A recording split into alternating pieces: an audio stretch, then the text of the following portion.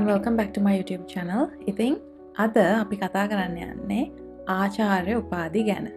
අද වීඩියෝ එකෙන් අපි බලන්න හදන්නේ ආචාර්ය උපාධියක් කියන්නේ මොකක්ද?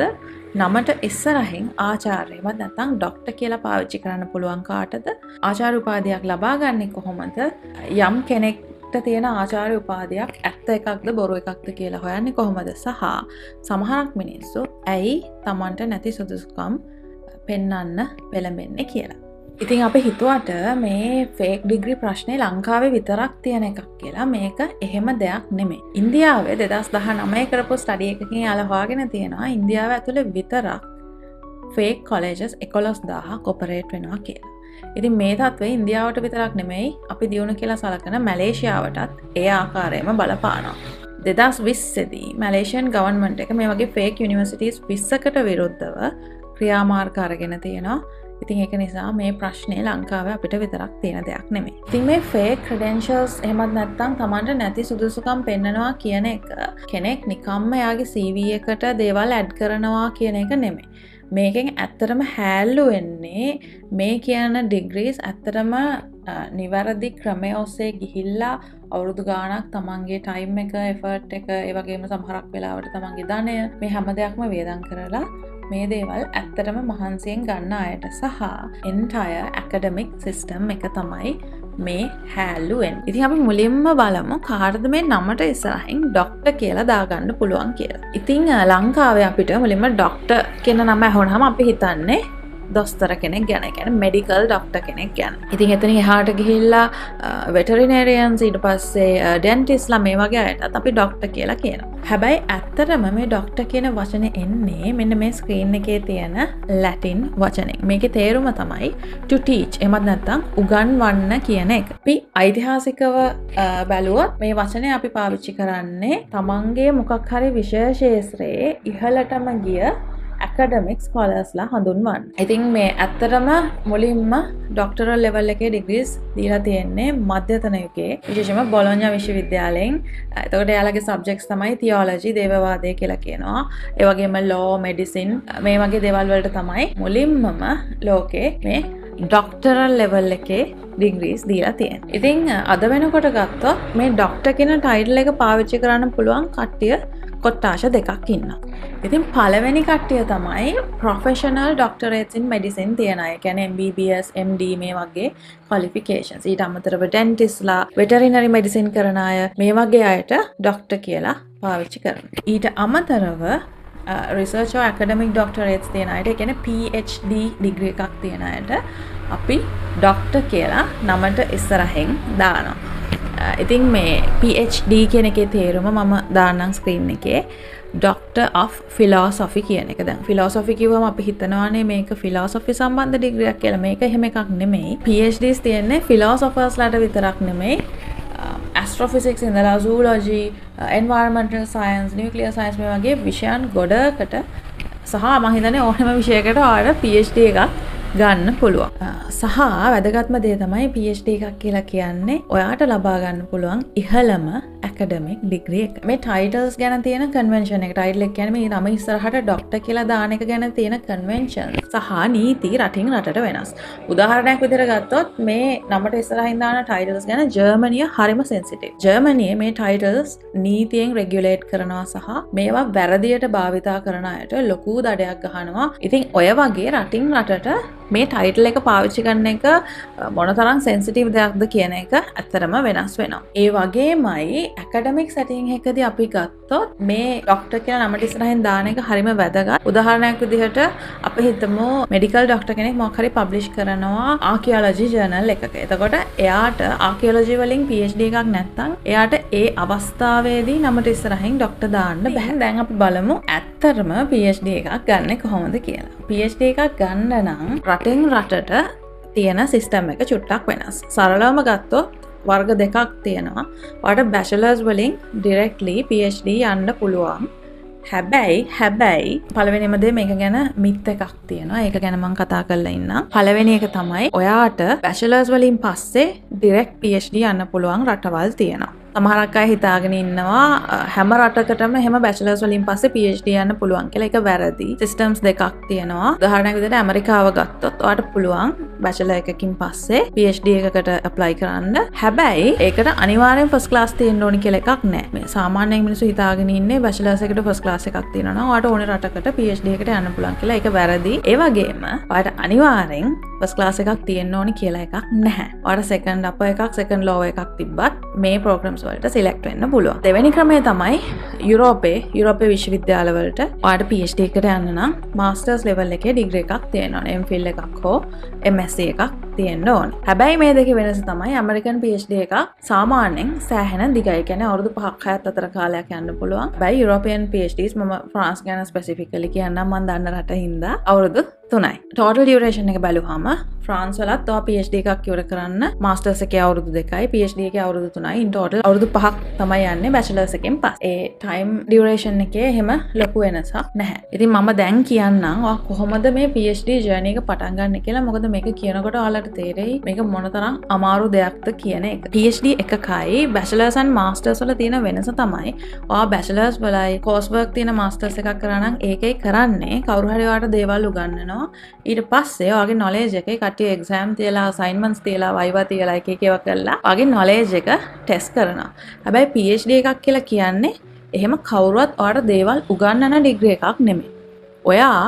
ඔයාගේ විශේෂේත්‍රයට ඔයා අලුතෙන් දැනුමක් නිෂ්පාදනය කරනවා. ඒ කියන්නේ අලුතෙන් යම්කිසි දෙයක් පරීක්ෂණයක් කරලා හොයාගන්න එකට තමයි PhD එකක් කියලා කියන්නේ. එතකොට ඒක තමයි අනික් degrees දෙකේ සහ මේකේ තියෙන ප්‍රධාන වෙනස. PhD එකක් ඉවර වෙද්දී ඔයා independent researcher කෙනෙක් වෙලා තමයි නවතින්. PhD journey එක පටන් ගන්නෙ application process එකෙන්. ඉතින් උතරම PhD එකට select වෙන එක ලේසි නැහැ විශේෂයෙන් foreign country එකක. මොකද ඔයා ලෝකෙ වටේම අනික් කට්ටියත් එක්ක compete කරන හින්දා ඔයාට හොඳ academic record එකක් තියෙන්න ඕනේ. ඔයාගේ professors ලා ඔයාගේ bachelors or masters කට්ටිය හොඳ recommendations දෙන්න ඕනේ. ඊට පස්සේ ඔයාගේ research proposal එක සෑහෙන කම්පෙලිං වෙන්න ඕනේ. ගොඩක් PhD programs වල application දාන අයගෙන් 10%කට අඩු ප්‍රමාණයක් තමයි තෝරගන්නේ කියලා මම statistics වල දැක්කා. උදාහරණයක් විදිහට ගත්තොත් Stanford Biological Sciences PhD program එකේ acceptance rate එක 2022 දී 5%යි. ඔයාව accept වුණාට පස්සේ congratulations. journey එක පටන් ගත්ත ගමන් or research proposal එකක් ඔයාලා develop කරන්න වෙයි.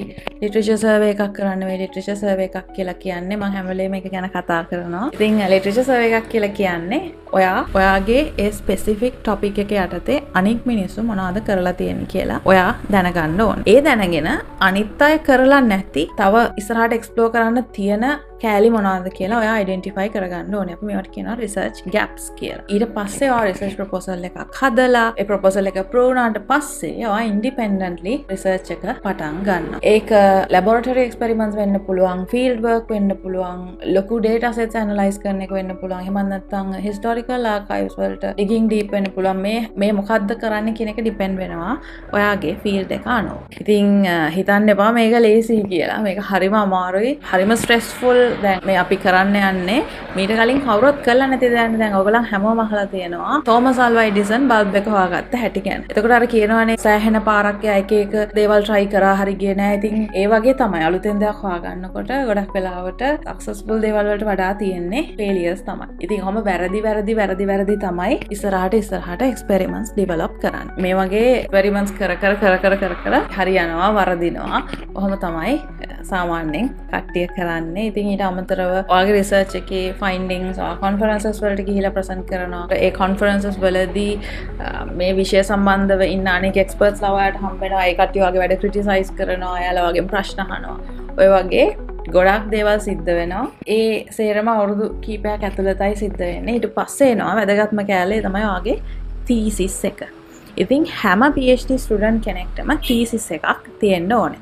ඒ වගේම ළමයින්ගේ thesis ඕනේ කෙනෙක්ට බලන්න සාමාන්‍යයෙන් ඕනේ රටක online available. මම France වල ඕනම ළමයෙක්ගේ thesis එකක් ඔයාලට බලා ගන්න පුළුවන් link එකක් තියෙනවා. මම ඒක දාන්නම්. ඔයාලට thesis එකක් කියන්නේ මොකක්ද කියලා දැක බලා ගන්න කැමති අයට ඒක ගිහිල්ලා බලන්න පුළුවන්. thesis එකක් කියන්නේ සරලවම ඔයාගේ සම්පූර්ණ research එකම ඔයාගේ methodology එක, ඒ කියන්නේ introduction එකක්, ඊට පස්සේ ඔයාගේ data ඔයාව analyze කරපු හැටි මේ සේරම දේවල් දාලා තියෙන එක ලොකු පොතක්. මේක පිටු 100 200 300 වෙනකන් වගේ වුණත් යන්න පුළුවන්. මේකේ තමයි ඔයාගේ මුළු essence එකම තියෙන්නේ සහ ඔයාගේ PhD එකේ අපි කියනනේ කමිටි එකක් ඉන්නවනේ ඒ කට්ටිය තමයි ආව ජජ් කරන්නේ. ඉතින් ඒගොල්ලන්ගේ thesis එක කියවනවා. අන්තිමම කෑල්ල තමයි ඔයාගේ thesis defense එක. defense එක කිව්වම අපිට මතක් වෙන්නේ යුද්ධයක් වගේ. ඒක ඇත්තටම යුද්ධයක් වගේ. ඔයා එතනදි කරන්නේ ඔයා මොකද ප්‍රොපෝස් කරන අලුත් knowledge එක defend කරගන්න එක. අර මං කිව්ව කමිටි එකේ ඉන්නේ ඒ field එකේ ඉන්න expert කට්ටිය. ඉතින් එයාලා වගේ thesis එක කියවලා ඉන්නේ. ඔයාගේ experiment එක ගැන එයාලා දන්නවා. එතකොට එයාලට ප්‍රශ්න ගොඩක් තියෙනවා. ඒවා ඔක්කොම ඔයාගෙන් අහලා ඔයාව ඒ විෂය සම්බන්ධව සෑහෙන ප්‍රශ්න කරලා තමයි ඒගොල්ලන් ඩිසයිඩ් කරන්නේ ඔයාට PhD එක දෙනවද නැද්ද කියලා. සමහරක් රටවල් වල මම දන්නේ නැහැ කොහොමද ඒක වෙන්නේ කියලා. හැබැයි ෆ්‍රාන්ස් වල ඒ PhD එකේ confidential information include වෙන්නේ නැත්නම් ඒ කියන්නේ ඒක රහසිගත public එකට දෙන්න බෑ වගේ දේවල් තියෙනවා නම් ඇරෙන්න මේ defenses public එකට open. එතකොට ඔයා සෙනග 100ක් 200ක් ඉස්සරහා තමයි මේ ඩිෆෙන්ස් එක කරන්නේ. ඒ වගේම හොඳට මතක තියාගන්න මේ ඔඩියන්ස් එකේ ඉන්නේ ඔයාගේ විෂයට අදාළම නැති මිනිස්සුත් වෙන්න පුළුවන්. ඒ විෂය ගැන කුතුහලයක් ඇවිල්ලා එහෙම ආපු අය වෙන්න පුළුවන්. ඉතින් ඒ වගේ අයගෙන් එන ප්‍රශ්න වලටත් උත්තර දෙන්න ලෑස්ති වෙලා ඉන්න ඕනේ. මම කිව්වා වගේ ඒක සෑහෙන challenging විශේෂයෙන් bachelor's degree එකක් කරපු අය දන්නවා ඇති. ඔයගලන්ට final year එකේ research එකක් තියෙනවා. ඒක වගේ දසදහස් ගුණයක් අමාරු එකක් තමයි PhD student කෙනෙක් අවුරුදු කීපයක් පුරාවට කරගෙන යන්නේ. මම කියවනේ මේක අමාරුයි කියලා. දැන් මම ගොඩක් සැරයක් කිව්වා මේක අමාරුයි. ඉතින් 2015 කරපු එක ස්ටඩි එකකින් හොයාගෙන තියෙනවා PhDs පටන් ගත්ත ස්ටුඩන්ට්ස් ලගෙන් ඇත්තටම 157ක් විතරයි ඒක අන්තිම වෙනකන් අල්ලගෙන ඉන්නේ කියලා අවුරුදු 10ක ස්පෑන් එකක් ඇතුළත. දැන් ඔච්චර දේවල් කරලා PhD එකක් ගත්තට පස්සේ ඔයා ඔප්පු කරලා තියෙනවා ඔයාගේ ඒ ස්පෙસિෆික් රිසර්ච් ඒරියා එකේ ඔයා එක්ස්පර්ට් කෙනෙක් කියලා. හැබැයි මම කියන්නේ නැහැ මේකෙන් කෙනෙක් entire field එකේම expert කෙනෙක් වෙනවා කියලා. උදාහරණයක් විදිහට quantum physics වල PhD එකක් තියෙන කෙනෙක් හැම physics area එකකම expert කෙනෙක් වෙන්නේ නැහැ. ඒ කියන්නේ අපි හිතමු engineering physics වල expert කෙනෙක් කියලා අපිට කියන්න බෑ. අපි උදාහරණයක් විදිහට ගත්තොත් Nobel Prize in Chemistry හම්බුණ lady Dr. Jennifer Doudna මම හිතනවා මගේ නම pronounce කරා හරි කියලා. එයාට Nobel Prize එක හම්බුනේ CRISPR gene editing technology එකට. එතකොට එයාගේ PhD එක biochemistry වල focusing on RNA catalysis. හරිම specific research area එකක්. හැබැයි අපිට කියන්න බෑ යා biology කියන ලොකු field එකේ expert කෙනෙක් කියලා. ඊළඟට PhD එකක් තියනවා කියලා කියන්නේ ඔයා independently research කරන්න පුළුවන් සහ ඔයාගේ field එකේ තියෙන standards සපුරාලනවා කියන එක. එතකොට ඔයා ඔප්පු කරලා තියෙනවා ඔයාට important questions identify කරගන්න, ඒවට උත්තර හොයන්න methods develop කරන්න පුළුවන්, මේවාන් එන results interpret කරන්න පුළුවන් සහ වැදගත්ම දේ ඔයාගේ findings efficiently communicate කරන්න පුළුවන් කියන එක. ඊළඟට ඔයාට PhD එකක් තියනවා කියන එකෙන් කියන්නේ අනිවාර්යෙන් extensive peer review. ඒ කියන්නේ ඔයාගේ field එකේ ඉන්න specialistලා ඔයාව test කරලා හරි මෙයාට මේ දැනුම තියනවා කියලා තහවුරු කරපු එක. එතකොට දැන් ඔයාට specialized knowledge එකක් තියනවා තනියෙන් මොකක් හරි observation එකක් දැක්කහම ඒක ගැන කල්පනා කරලා ඒකට experiments develop කරලා ඒවට උත්තර හොයාගෙන උත්තර interpret කරන්න මේ හැමදේම පුළුවන් කියලා ඔයාට ආචාර්ය උපාධියක් තියනවා කියන එකෙන් communicate කරනවා කෙනෙක්ට අහුනහම ඔයාට PhD එකක් තියනවා කියලා ඒ මනුස්සයා PhDs ගැන දන්න කෙනෙක් නම් එයා automatically හිතනවා හරි මෙයා මේ වගේ කෙනෙක් කියලා. ඉතින් මෙන්න මේ හේතු නිසා PhD holders-ලාට researchers-ලා විදිහට professors-ලා විදිහට industry consultants-ලා විදිහට මේ වගේ රස්සාවල් ගොඩකට මෙයාලව prefer කරනවා. මොකද මෙයාලගේ credential එක කියන්නේ automaticallyම highly intellectual and මෙයාලා මේ field එකේ experts-ලා කියන එක නිකන්ම මිනිසුන්ට communicate වෙන නිසා. ඒ කියන්නේ මිනිසුන්ගේ හිතට එනවා හරි මෙයා මෙහෙම කෙනෙක් කියලා. ඉතින් මේකට support කරන statistics ගත්තොත් 2022 ඇමරිකාවේ Bureau of Labor Statistics එකෙන් පෙන්නලා තියෙනවා PhD holders ලාට තමයි අඩුම unemployment rate එක එමන් නැත්නම් විරැකියා ප්‍රතිශතයක් තියෙන කියලා. ඒක 101.5ක් වෙනවා. ඒ වගේම එයාලගේ salaries බැලුවොත් masters degree holders ලාට වඩා 120ක් එයාලගේ salary range එක වැඩි කියලා. ඉතින් මම දැන් කියවනේ PhD එකක් තියනවා කිව්වහම මිනිස්සු ඇත්තටම automatically ඉබේටම හිතනවා හරි highly intellectual and මෙයා මේ field එකේ expert කෙනෙක් කියන එක. ඔන්න ඔය හේතුව නිසාමයි සමහරක් මිනිස්සු එයාලට doctorates තියනවා කියලා පෙන්වන්න හදන්නේ. පළවෙනිම දේ තමයි social prestige එක. ඒ කියන්නේ විශේෂයෙන් අධ්‍යාපනය ලොකු වත්කමක් විදිහට දකින අධ්‍යාපනයට ලොකු වටිනාකමක් දෙන රටවල් වල මෙන්න මේක මිනිස්සු පාවිච්චි කරනවා යම් යම් දේවල් ලබා ගන්න. මිනිස්සු විශ්වාස කරනවා නමට ඉස්සරහ ආචාර්ය කියලා තියෙන මිනිස්සු අනිත් අයට වඩා දක්ෂයි සහ trustworthy කියලා. මෙන්න මේක තමයි හොඳම කියලා අහගන්න. එයාලගේ field of expertise ඒ අදාළ දේ නොවුනත් උදාහරණයක් විදිහට engineering PhD එකක් තියෙන කෙනෙක් medicine ගැන එයා යම් යම් දේවල් ගැන එයාගේ opinions දෙනවා. එතකොට ඒ මනසට PhD එකක් තියෙන නිසා හැබැයි එයාගේ field එකේ නෙමෙයි. still එයාට PhD එකක් තියෙනවා කියන point එක නිසා මිනිස්සු එයා කියන දේ විශ්වාස කරන්න පෙළඹෙනවාලු. ඉතින් මම හිතන්නේ මේකට related examples අපිට ලංකාවේ වුණත් හොයාගන්න පුළුවන්. ඊට පස්සේ second point එක තමයි career advancement එක. ඒ කියන්නේ ඔයාගේ රස්සාවේ ඉස්සරහට යන්න, promotion ගන්න, එහෙමත් නැත්නම් higher salaries වලට යන්න, leadership positions වලට මේ ladder එක climb කරන්න සමහරක් මිනිස්සු මේ නැති ආචාර්ය උපාධි තමන්ගේ නමට දාගන්නවා. ඉතින් අපි දන්නවා academia එකේ ඔයාට faculty position එකක් ඕන නම් ඔයාට PhD එකක් තියෙනවා. ගොඩාක් industry වල ඔයාට management level එකේ job එකකට fast track යන්න පුළුවන් PhD එකක් තියෙනවා. ඉතින් ඇත්තටම අපි ඔය දේවල් ඔක්කොම එකට combine කරලා බැලුවොත් මිනිස්සු සරලවම කැමති සමාජ තත්ත්වය කියන එක ලබා ගන්න. දැන් ලංකාවේ doctor කෙනෙක්, engineer කෙනෙක්, lawyer කෙනෙක් ඔය වගේ අර තියෙනවානේ designated රසාවල් කීපයක්. ඉතින් ඒවට මිනිස්සු හිතනවා socially එයාලට status එකක් තියෙනවා කියලා. ඉතින් ඒ වගේම ඒ social ladder එක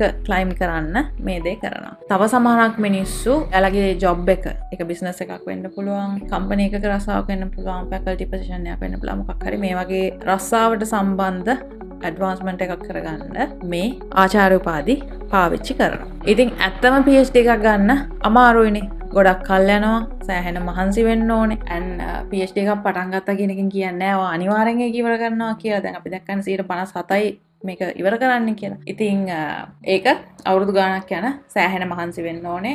මාර විදිහට මහන්සි වෙන්න ඕනේ. end result එකක් ගැරන්ටී කරන්න බැරි මෙතඩ් එකක්. හැබැයි ඔයාට ෆේක් එකක් ගන්න පුළුවන් විනාඩි කිහිපකින් හරි. සල්ලි ගොඩක් වියදම් කරලා ෆේක් එකක් කිසිම මහන්සියක් නැතුව කාලය යන්නේ නැතුව ගන්න පුළුවන්. ඉතින් මිනිස්සු දැන් අපි දකිනවා ගොඩක් ෂෝට් කට්ස් පාවිච්චි කරනවා. ඒ වගේම මේ ෆේක් PhDs කියලා කියන්නේ ඒ වගේම ෂෝට් කට් එකක්. මේකට අපි කියන්නේ අතරම ඇකඩමික් ෆ්‍රෝඩ් එකක් කියලා. ඉතින් හොඳට මතක තියාගන්න ඕනේ දේ තමයි මේ අයට ඇත්තටම අර PhD holder කෙනෙක්ට අර ප්‍රශ්න විසඳන හැටි අර මේ දේවල් කිසිම දෙයක් through යන්නේ නැතුවනේ එයාලා ඒ අර online සල්ලි ගෙවලා කාට හරි මොකක් හරි එකකින් සාතිකයක් ගන්නෙ.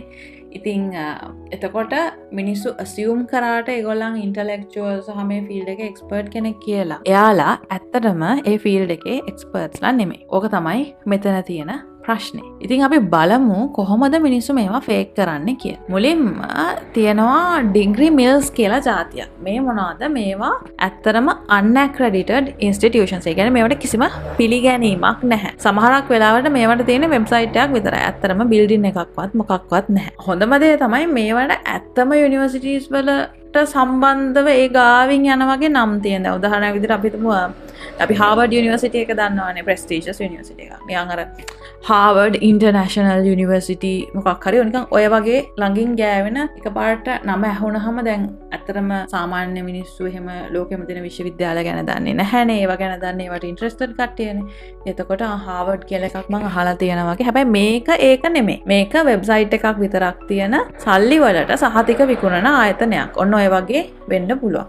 ඊට පස්සේ ගොඩක් අය වරදවා වටහා ගන්න එකක් තියෙනවා මේ honorary degrees. එහෙම නැත්නම් ගෞරව උපාධි කියන එක. ඇත්තටම ගෞරව උපාධියක් කියලා කියන්නේ දැන් සමහර මිනිස්සු ඉන්නවනේ එයාලා ඒ field එකේ ගොඩාක් ඉස්සරහට ගිහලා ගොඩාක් දේවල් තනියෙන් හොයාගත්ත මිනිස්සු.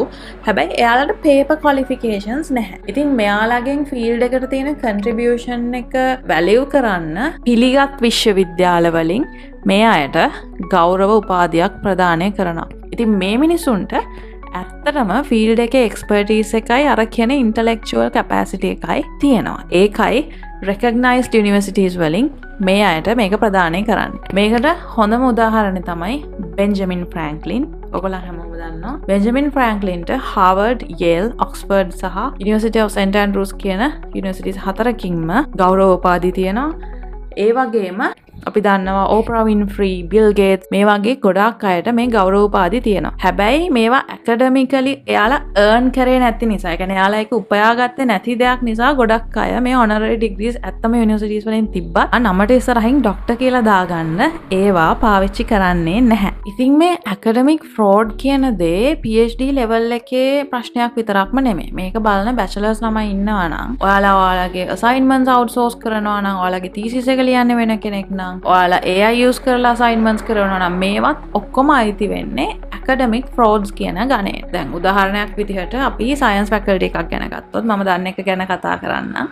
එතකොට ඔයාලට first year එකේ ඉඳන්ම දේවල් උගන්වන්නේ ඒවා ඇත්තටම ඔයාට researcher කෙනෙක් වෙන්න ඒ දේවල් අදාළ නිසා. උදාහරණයක් විදිහට statistics බයෝ ළමයින්ට mathematics and statistics උගන්වනවා. ඒ මොකද ඔයාලට research එකක් කරන්න ගියාම ඔන්න ඔය කැලී ටික අනිවාර්යෙන් ඕනේ වෙනවා. ඊට පස්සේ ඔයාලට report එකක් ලියන්න කියලා කියන්නේ ඒකේ තියෙන්නේ thesis එකක තියෙන සරල structure එක. ඔයා introduction එකක් ලියනවා, methodology එකක් ලියනවා. මේ දේවල් පුරුදු කරන්නේ ඔයාට කවදා හරි scientist කෙනෙක් විදිහට මේ දේවල් ඔයාට ඕනේ වෙන නිසා. ඊට පස්සේ ඔයා කෝඩිං නම් කරන්න බලාපොරොත්තු වෙන්නේ රස්සාවක් විදිහට. ඔයාගේ යුනිවර්සිටි එකේදී ඔයාගේ කෝඩ්ස් ඔක්කොම ලියන්නේ වෙන මිනිස්සු නම් ඔයා ඒවා අවුට්සෝස් කරනවා නම් කාට හරි සල්ලි දීලා ලියවනවා නම් ඉන්ඩස්ට්‍රි එකට ගියාට පස්සේ ඔයාගේ කෝඩ් එක ලියන්නේ කවුද? ඔයා ඒක ලියන්න දන්නේ නැහැ නේද? ඉතින් අර යුනිවර්සිටි එකක දේවල් උගන්වන්නේ ඒවා ඔයාට ඕනේ වෙන නිසා සහ ඉන්ටග්‍රිටි එක කියන එක මනුස්සයෙක්ගේ තියෙන බොහොම වැදගත් ක්වොලිටි එකක්. ඒක නිසා බැචලර්ස් කරන ළමයි ඉන්නවා නම් ඇකඩමික් ඉන්ටග්‍රිටි කියන එක දැම්මම ඉඳන් පුරුදු වෙන්න, හොර වැඩ කරන්න පොඩි කාලේ ඉඳන් පුරුදු වෙන්න එපා. ඊට පස්සේ ඒක පුරුද්දකට යනවා. ඉතින් දැන් අපි බලමු යම් අයෙක්ට තියෙන PhD එක ඇත්ත එකක්ද බොරු එකක්ද කියලා හොයාගන්නේ කොහොමද කියන එක. පළවෙනිම එක තමයි awarding institution එක. legitimate degree එකක් නම් ඒකේ එන්නේ අනිවාර්යෙන් accredited university එකක. ලංකාවේ accredited universities මොනවද කියලා ඔයාලට University Grants Commission එකේ website එකෙන් බලා ගන්න පුළුවන්. අනික් රටවල් වලත් එහෙමයි. මේ හැම රටකටම තියෙනවා මෙහෙම accreditation body එකක් කියලා එකක්. මෙන්න මේකේ මුලින්ම මේ විශ්වවිද්‍යාලේ තියනවාද කියලා බලන්න. ඒතර ගොඩක් ඒවා ඕකෙන්ම හැලිලා යනවා. හැබැයි කෙනෙක්ට ඕන නම් දැන් මට උනත් දාගන්න පුළුවන් නේ PhD Harvard University වගේ එකක් කියලා. දැන් ඇත්තටම මම මේ ඩිග්‍රිය Harvard University එකෙන් ගත්තද නැද්ද? ඒක හොයන්න ගොඩාක් universities වලින් ඔයා employer කෙනෙක් නම් ඔයාට පුළුවන් credentials verify කරලා ගන්න. මේක බොහොම පහසුයි. ඒ අදාළ යුනිවර්සිටි එකට ගියාම, ඒ කියන්නේ යුනිවර්සිටි එකේ වෙබ්සයිට් එකට ගියාම මේ වෙරිෆිකේෂන් සර්විසස් ඔයාලට ලබා ගන්න පුළුවන් ඔයා එම්ප්ලොයර් කෙනෙක් නම්. ඊට අමතරව දැන් PhD එකක් කියන්නේ මම කියවනේ ඉන්ඩිපෙන්ඩන්ට් රිසර්චර් කෙනෙක් ඔයා කොන්ෆරන්සස් වල ප්‍රසන්ට් කරනවා, ඒක රිසර්ච් පේපර්ස් පබ්ලිෂ් කරනවා, ඇබ්ස්ට්‍රැක්ට්ස් දානවා, ඔය වගේ කියලා. එතකොට අනිවාර්යෙන් ඔයාගේ පබ්ලිකේෂන්ස් මනුස්සයන්ට ඔයාගේ නම ගැහුවාම පේන්න තියෙන්න ඕනේ. ඔයාගේ නම Google කරාම ResearchGate, Google Scholar මේ වගේ තැන්වල ඔයාගේ පබ්ලිකේෂන්ස් පේන්න තියෙන්න ඕනේ. පබ්ලිකේෂන්ස් නැති PhD එකක් කියලා කියන්නේ අන්න ඒක රෙඩ් ෆ්ලෑග් එකක්. ඊට අමතරව මම අර කියපු thesis database වල ඔයා PhD එකක් කම්ප්ලීට් කරපු කෙනෙක් නම් අනිවාර්යෙන් ඔයාගේ thesis එක තියෙන්න ඕනේ. ඉතින් අද වීඩියෝ එකේ අපි කතා කරා PhD එකක් කියන්නේ මොකක්ද, PhD එකක් ගන්න කොහොමද සහ කාගේ හරි PhD එකක් ඇත්ත එකක්ද බොරු එකක්ද කියලා හොයන්නේ කොහොමද කියලා. ඉතින් අන්තිමට අපි බැලුවහම ඇත්තටම කඩදාසියක තියෙන සහතිකයකට වඩා වටින්නේ ඔයාට යම් දෙයක් කරන්න පුළුවන්ද බෑද කියන එක. එතකොට ඒකට Tamanට නැති credentials පෙන්නන එක තේරුමක් ඇති දෙයක් නෙමෙයි. මොකද ඔයාට වැඩේ පුළුවන් නම් ඇත්තටම කවුරුත් ඔයාගේ සහතික හොයන්නේ නැහැ. ඉතින් මම අන්තිමට කියන්න ඕනේ ඇත්තටම කෙනෙක් මොකක් හරි එක්ස්පර්ටයිස් එකක් බිල්ඩ් කරන එකේ පළවෙනිම දේ තමයි තමන් යමක් දන්නේ නැහැ කියලා පිළිගන්න එක. විශේෂයෙන් සයන්ස් ළමයි විදිහට අපි කොයි වෙලාවකවත් හිතන්නේ නැහනේ අපි හැමදේම දන්නවා කියලා. මොකද අපි දන්නවා අපි නොදන්න දේවල් ගොඩක් එළියේ තියනවා කියලා. ඒක නිසා තමන්ට නැති අධ්‍යාපන සුදුසුකම් ඊට පස්සේ ඔය assignments outsource කරන වගේ දේවල් ඒ තරම් හොඳ දේවල් නෙමෙයි. ඇත්තම එක්ස්පර්ට් කෙනෙක් නම් එයාලා දන්නවා සහ එයාලා ප්‍රසිද්ධියේ කියනවා මගේ knowledge එක මෙන්න මෙතනින් ඉවරයි. මගේ knowledge එකටත් limitations තියනවා කියලා. එහෙම know it all වගේ කවුරු හරි හැසිරෙනවා නම් ඒක ගොඩක් වෙලාවට red flag එකක්. මම ඒක personally දැකලා තියෙනවා. ඉතින් ඊට අමතරව continuous learning කියන දේ, ඒ කියන්නේ දිගින් දිගටම ජීවිත කාලෙම අපි දේවල් ඉගෙන ගන්නවා. මේක විශේෂයෙන්ම සයන්ස් ළමයෙක්ට තියෙන්න ඕනේ. මම හිතන්නේ සයන්ස් ළමයි විතරක් නෙමෙයි ඕනෙම කෙනෙක්ට තියෙන්න ඕනේ. ඕනෙම කෙනෙක් ඩෙවලොප් කරගන්න ඕනේ. වටිනා ස්කිල් එකක්. මම හිතන්නේ මම අර ඉගෙන ගන්න ඇඩික්ට් වෙන්නේ කොහොමද කියලා වීඩියෝ එකක් කරා. ඒකේ හරිම ලස්සන කමෙන්ට්ස් තිබ්බා. ගිහිල්ලා බලන්න ඕගොල්ලොත්. يعني මටත් හරි සන්තෝෂයි ඒ වගේව දැක්කහම ඒකේ ලයිෆ් ලොන්ග් ලර්නර්ස්ලා ගොඩාක් එයාලා මේ දවස්වල ඉගෙන ගන්න මොනවද එයාලගේ බෑග්ග්‍රවුන්ඩ් එක ෂෙයා කරලා තිබ්බා. හරිම ලස්සනයි දැක්කහම. ඕගොල්ලොත් ගිහිල්ලා බලන්න. මම ඒ වගේ මිනිස්සුන්ව හරියට අප්‍රීෂিয়েට් කරනවා. ඉතින් ඇත්තටම at the end of the day නිකන් සහතිකයක ඔයාගේ සුදුසුකම් ලියලා තිබිලා වැඩක් නැහැ. ඔයාට ඇත්තටම ඒ වැඩේ කරගන්න බැරි නම්. ඉතින් ඒක ගැන චුට්ටක් හිතන්න. අපි ඊළඟ සතියේ ආපහු මේ වගේ වීඩියෝ එකකින් හම්බෙමු. ඔයාලා හැමෝටම සුබ දවසක්.